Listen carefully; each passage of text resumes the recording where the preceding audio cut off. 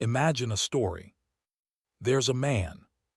Humanity is at war. The world is burning. And this man, with a single machine, changes the course of human history. His name is Alan Turing. Brain the curiosity of a strange kid. Turing was a peculiar child. Quiet, introverted, always lost in thought.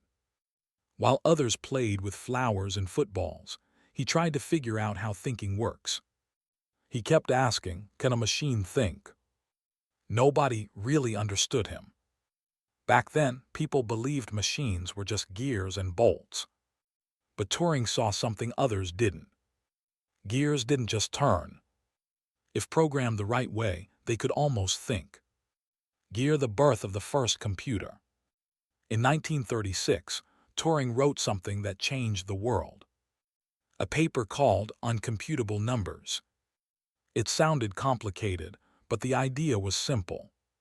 Turing said, "If a human can do a process step by step, then a machine can do it too." That idea gave birth to the modern computer. Every laptop, phone, and even ChatGPT. They all come from that thought.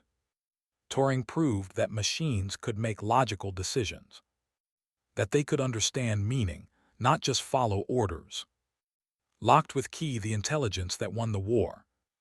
Then came World War II. Nazi Germany had a code machine, Enigma.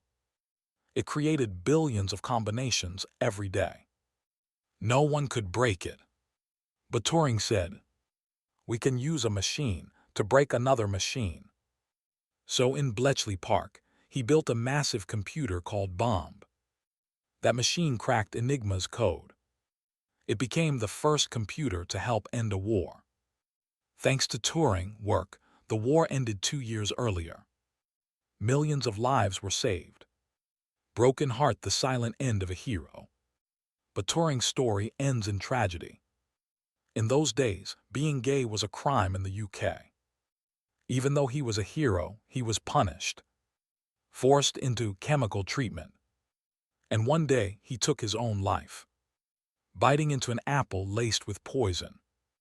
That apple, yes, the one with a bite, later inspired Apple's logo.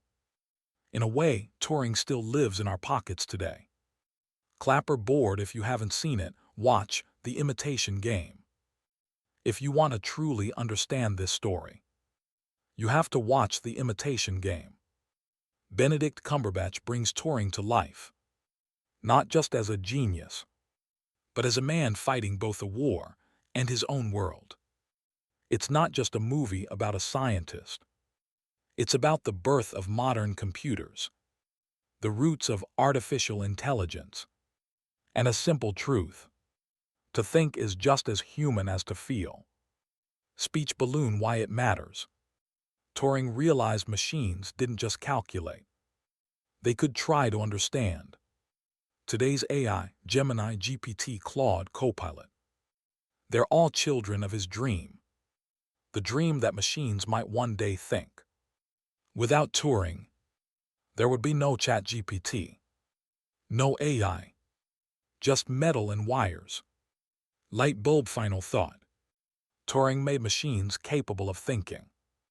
Yet we humans are still trying to understand what thinking truly means. And maybe real intelligence isn't in machines at all, but in the humans who dare to question it. Part 2: The Evolution of Computers. 1,000,000 thoughts per second. The journey that started with Turing's bomb quickly became more about power than intelligence. Every decade, that power grew exponentially, faster than nature itself. Floppy disk 1950-1970, from vacuum tubes to transistors. The first computers were massive. They filled entire rooms, and all they could do was basic math. In 1946, ENIAC could process 5,000 operations per second. By 1958, the transistor changed everything. Computers got smaller, faster, and more efficient. And humanity realized something huge. Computers weren't just calculators anymore. They were machines of knowledge. Desktop 1970–1990, the personal computer revolution. Then came the microchip. Thousands of circuits shrunk into something the size of a fingernail. Computers moved from labs into homes. Apple Steve Jobs and Wozniak. IBM. Microsoft Bill Gates. The digital age had begun. Computers became personal. Globe with Meridian's 1992,000, the birth of the Internet. Machines started talking to each other. The Internet connected the world, not through space, but through data. Email, websites, search engines. Then came Google, Yahoo, MSN. Information was suddenly everywhere. But with it came something new. Surveillance. Every click, every search recorded. Data had become the new oil. Laptop computer 2000–2010, the computer in your pocket. The smartphone revolution arrived. That giant machine that once filled a room now fit in your hand.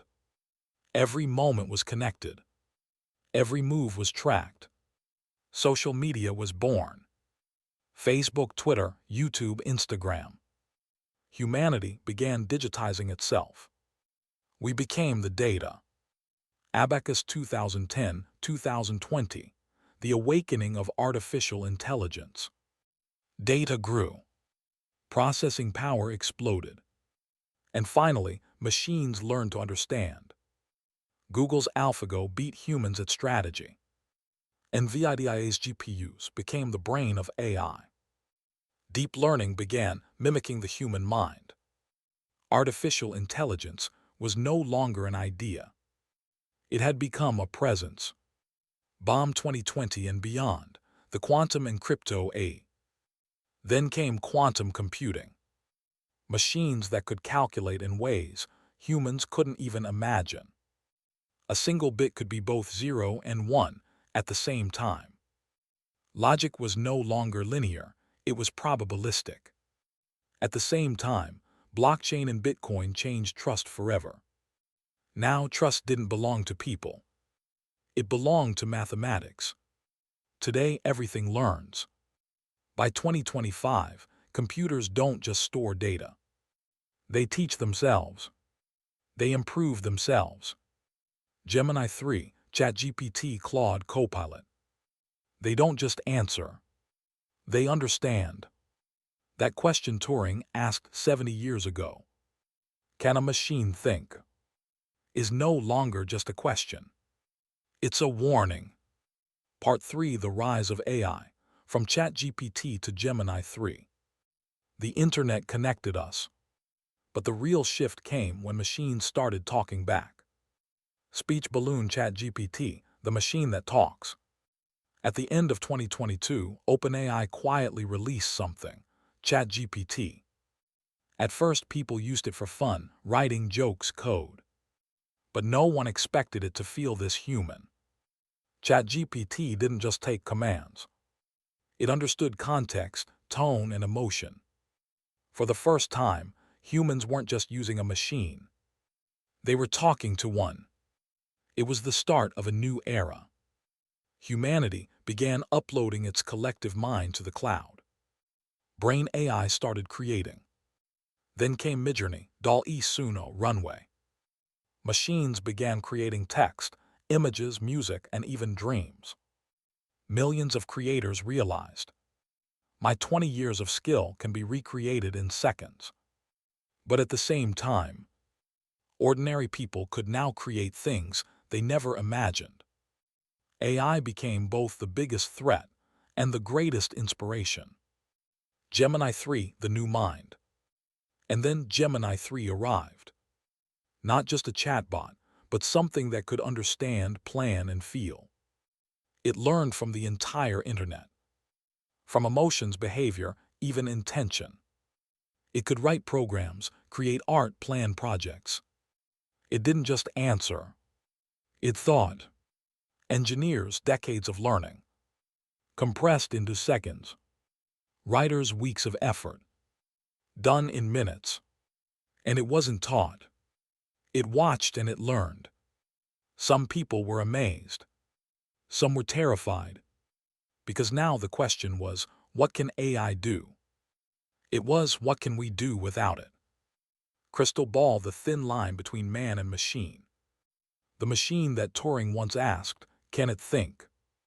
Now not only thinks, it creates, feels, and responds. Gemini 3 isn't just a tool anymore. It's an extension of the human mind. But we have to remember, every word, every idea, every response comes from us. Maybe AI hasn't surpassed humanity. Maybe it's just reflecting what we truly are. Magnified. I thought you wanted me to teach you how to play. Each possible move represents a different game, a different universe in which you make a better move.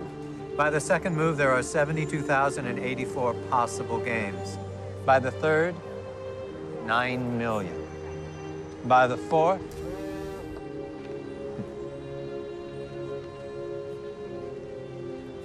there are more possible games of chess than there are atoms in the universe. No one could possibly predict them all, even you. Which means that that first move can be terrifying. It's the furthest point from the end of the game. There's a virtually infinite sea of possibilities between you and the other side. But it also means that if you make a mistake, there's a nearly infinite amount of ways to fix it. So you should simply relax and play.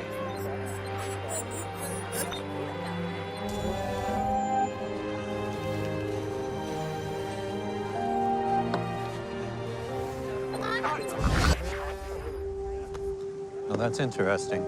How many moves did you consider that time? That's good, you're paring them down. Concentrating on the most aggressive possible moves.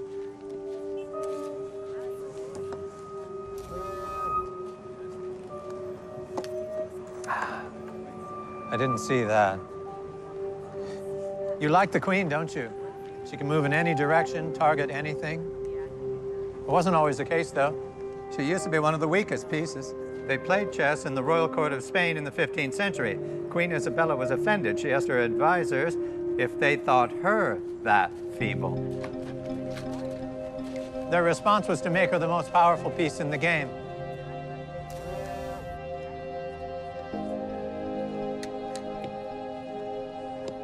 You have to be careful, though, because in chess, the more powerful a piece is, the more useful they are, not just for winning,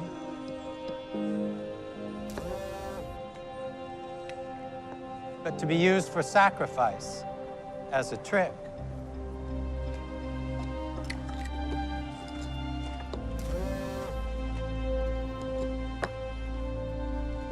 How many moves did you consider that time? A second is like an infinity to you, isn't it? You can take the time to consider everything. Or almost everything. I'm afraid you missed it.